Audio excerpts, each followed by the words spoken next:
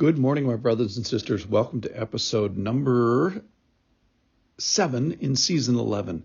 Today's a tough one. Today is Turn to Forgive, forgiving the sinner. This is from 2 Corinthians chapter 2.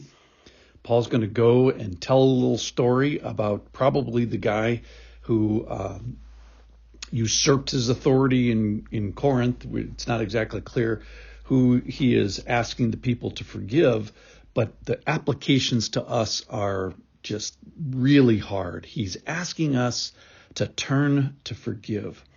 So let me just read the passage, and then we're going to talk about forgiveness today. 2 Corinthians chapter 5. Now, if anyone has caused pain, he has caused it not to me, but in some measure, not to put it too severely to all of you. For such a one, this punishment by the majority is enough. So you should rather turn to forgive. That's our phrase for today. Turn to forgive. Turn to forgive and comfort him, or he may be overwhelmed by excessive sorrow. So I beg you to reaffirm your love for him. For this is why I wrote, that I might test you and know whether you are obedient in everything. Anyone whom you forgive, I also forgive. Indeed, what I have forgiven, if I have forgiven anything, has been for your sake in the presence of Christ, so that we would not be outwitted by Satan, for we are not ignorant of his designs. So point number 1 is be aware of forgiveness. And it's something that we all kind of carry with us. We have the sense of justice, personal justice. And on the good hand, it's a godly justice. And on the bad hand, it's something that we can be outwitted by Satan over, that this is a specific area that the Christian church and Christian individuals can stumble. So there's a collective part of this, and know that injury to one part of the body affects everybody. And this is not something that you should be leaning away from, but rather it's something to lean into. I want to be a part of a body that I'm connected to so well is that when others hurt, I hurt. And when others forgive, I forgive. And just be a part of that part of their lives. There is a limit here, and he's telling a particular story about the limits of the assembled rebuke of community. They've probably delivered this person to Satan, that has put him 1 inch outside the church, and obviously it's a powerful tool to be judiciously and carefully and used in a limited way. And again, the point is not that his spirit may be forever banished, but the point is that he can turn and that his spirit may be saved. So let's talk about what this might mean for us. He says that we should rather turn to forgive. And here's the big question today is, who might you be reserving this right for revenge? That's a state of non-forgiveness that we stand in our sense of righteousness. Who is that person that you are demonstrating a lack of forgiveness for? And just casual ways of saying it is, who's renting space in your head, or who's renting space in your soul and is a bad tenant and you want to get them out? How do you do it? It's via forgiveness.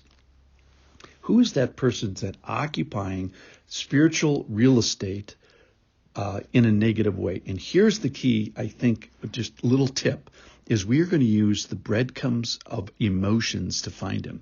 The breadcrumbs of emotion. So who makes you rageful? Who makes you angry? Who brings the sadness to you? That is an indication that is probably a person that you haven't forgiven.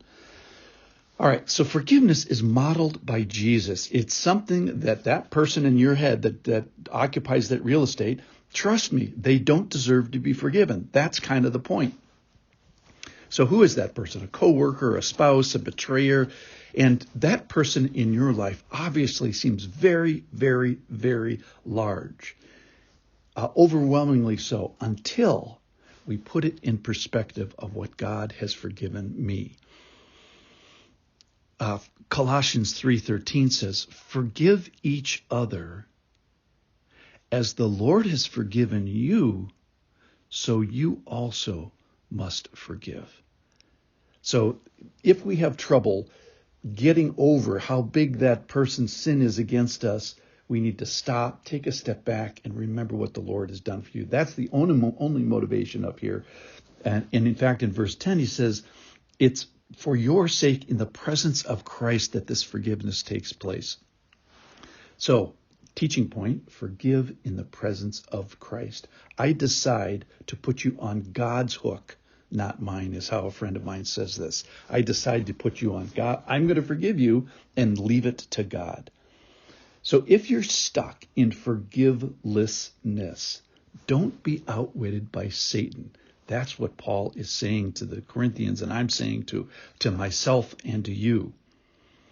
Perhaps do this in a community. I've seen people forgive heroically. I've seen people forgive for sexual abuse, for spiritual abuse, for emotional abuse, for judicial abuse, these painful things. And it's leaving God to do the justice. So my question today is, who would it be best? Who would it be favorable to your spiritual walk to forgive, to stop being angry, to stop standing firm on your apparent piece of righteousness and turn to forgive?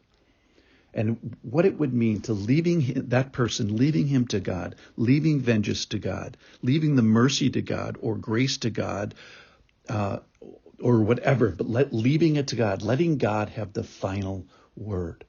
So I'd ask, who are you still emotional about or mad at? And let your emotionals be those breadcrumbs to that person, and then don't be outwitted by Satan, and forgive that person and stop staying in unforgiveness.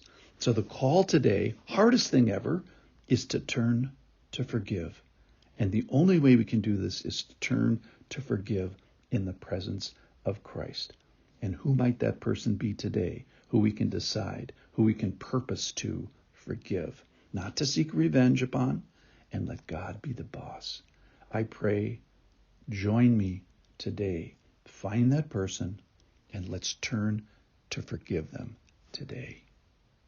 I'll see you tomorrow after this hard work is done.